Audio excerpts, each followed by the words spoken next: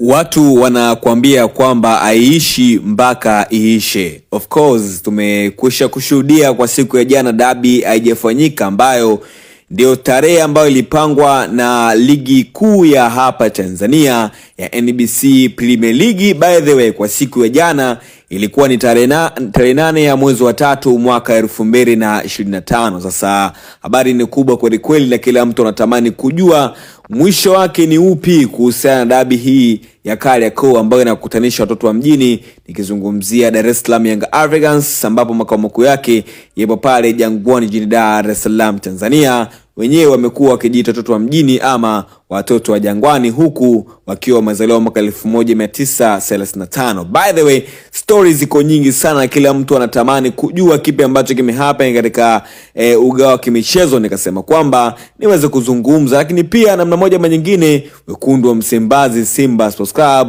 watoto wa mjini wa Kariakoo, wenyewe wamezaliwa mwaka 1936. By the way, niko na good news ambayo imetolewa kwa uongozi mkubwa kabisa wa shirikisho la mpira duniani la rais wake ni Gianni Infantino, rais Switzerland. Ameweza kufunguka makubwa kweli kweli.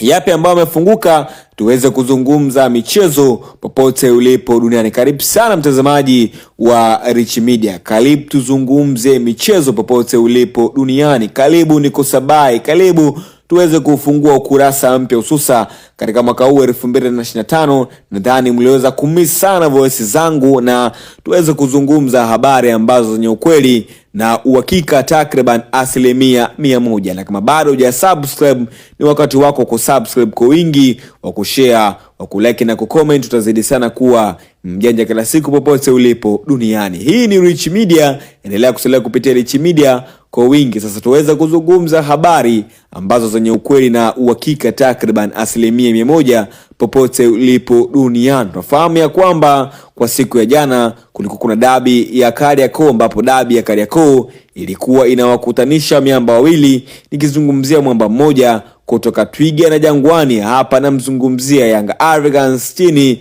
ya rais wake, nikimzungumzia Engineer Hersi Said, ambapo ndio rais wa klabu hiyo, huku mdhamini ni Garib Said Mohamed. Kwa upande mwingine wekundu wa Msimbazi Simba Sports Club, watoto wa mjini, watoto wa Kariakoo wenyewe, ambapo rais wao wa heshima nikimzungumzia Mo Dewji, lakini pia mdhamini wao mkubwa ni yeye mwenyewe Mo Dewji. Nikasema kwamba tuweze kuzungumza habari ambazo ni ukweli na uhakika takriban 100% popote ulipo duniani. Nipo na habari ambayo ni njema kabisa kwa upande wa mashabiki wa klabu ya Young Africans, mabingwa wa kihistoria wa soka la Tanzania. Tunafahamu ya kwamba sasa hivi katika ligi kuu hapa Tanzania bara, nikizungumzia NBC Premier League, Young Africans ndo kinara wa ligi kuu, lakini pia ataji kuongeza point katika mechi ya jana, ambapo ingokutanisha babe wawili Young Africans, ambapo wagemkaribisha wekundu wa Msimbazi Simba Sports Club.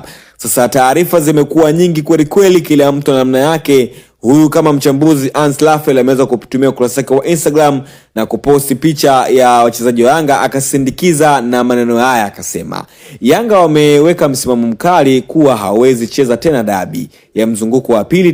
Taarifa ya bodi ya ligi ilisema mechi itapangiwa tarehe nyingine. Ukizungumza na watu wa ndani wa TFF wanasema lazima mechi ipigwe ili bingwa apatikane. Nashindwa kuelewa watatumia njia gani kuwashawishi Yanga watengue maamuzi yao na kuleta timu uwanjani, au serikali itaingilia kati. Kama serikali ikiingilia kati, tuwe makini, maana FIFA wako makini na sheria hairuhusu serikali kuingilia issue za soka, hivyo mpira wa Tanzania unaweza kupigwa lungu kali. Nasubiri kuona nini kitafanyika. Sasa huyo ni Hans Lafel.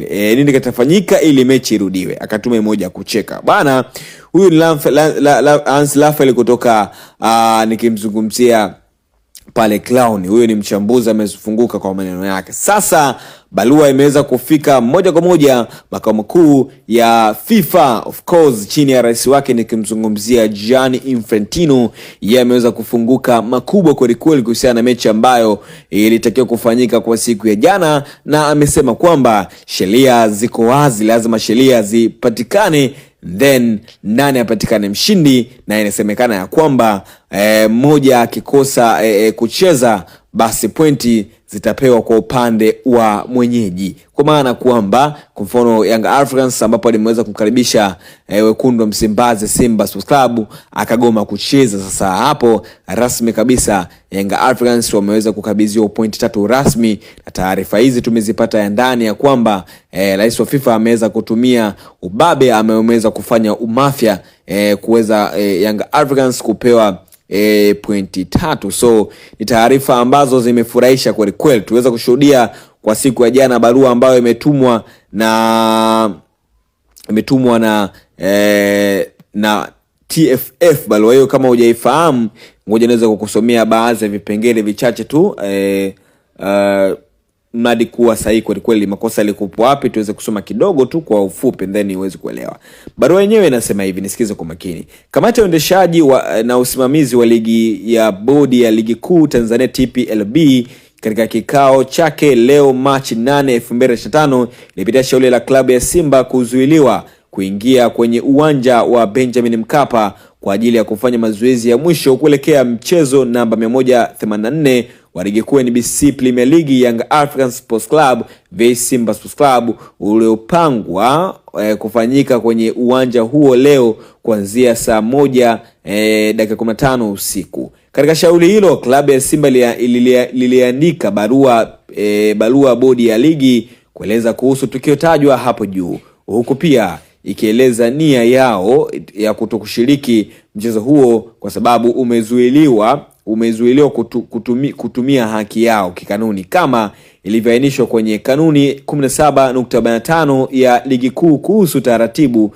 za michezo. Baada ya kupokea barua hiyo, bodi ya ligi iliwaagiza maofisa wake wa mchezo ambao walishuhudia tukio hilo kutuma taarifa ya tukio haraka ili hatua zinazostahili ziweze kuchukuliwa, ikiwemo kuitishwa kwa kikao cha dharura cha kamati ya uendeshaji na usimamizi wa ligi kuu. Baada ya kupitia taarifa mbalimbali zikiwemo za maofisa wa mchezo na vyanzo vingine, kamati ilibaini kuwa klabu ya Simba Sports Club wakati ikielekea kutumia haki yake iliyoainishwa kwenye kanuni ya 17.45 ya ligi kuu haikuwasiliana na ofisa yoyote wa mchezo, timu wenyeji wala mamlaka ya uwanja kuhusu nia yao ya kufanya mazoezi katika uwanja huo ili maandalizi ya kikanuni yafanyike. Katika taarifa hizo, kamati ilibaini pia kuwa walinzi ambao baadhi walifahamika kwa sura